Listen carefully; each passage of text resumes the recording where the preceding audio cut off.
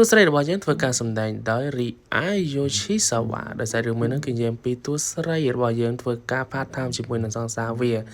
ហើយមានអាចវាយនាយ part time ហ្នឹងគឺតែងតែជួយចិត្តនិយាយលេបខាយរឿងអហភាសដាក់មុខទស្សនៈយើងជានិច្ចហើយអាសង្សារហ្នឹងគឺឲ្យទៅចប់ការងារហើយតែងតែបបួលទស្សនៈយើងបែកទឹកដោយអត់មានខ្វល់ថាកន្លែងធ្វើការហ្នឹងបំពាក់កាមេរ៉ាកម្មអីទេអានោះអត់ខ្វល់ទេគឺកំពុងតែឡើងហើយបែកទឹកមួយខ្ចាយត្រុលតែម្ដងដល់ទៅថ្ងៃបន្ទាប់មកទៀតខាងអាមេហ្នឹងគឺហៅទស្សនៈយើងឲ្យមកមើលឃើញថាកាមេរ៉ាសុវត្ថិភាពចាប់បានអាពីហ្នឹងកំពុងតែបែកទឹកចឹងហើយបើអត់ចង់ឲ្យវីដេអូនឹងបែកធ្លាយទស្សនៈត្រូវតែមានអីជាមួយនឹងអាមេហ្នឹងញ៉ាសាច់អានោះគឺមិនឲ្យទស្សនៈយើងខកម្ដងបានភ្លក់មួយដងជាមួយណាមេហើយនោះទស្សនៈយើងលេងខ្វល់ជាមួយសង្សារហ្នឹងតែមកហើយអាមេហ្នឹងក៏មិនឲ្យខកចិត្តទៀតរកពេលដែលទស្សនៈយើងនៅតែឯងចឹងតែងតែយករបស់លេងប្លែកមកលេងជាមួយទស្សនៈយើងរបស់លេងវានឹងដឹងហើយទស្សនៈយើងធ្វើកើតមកបែកទឹកខ្ចាយ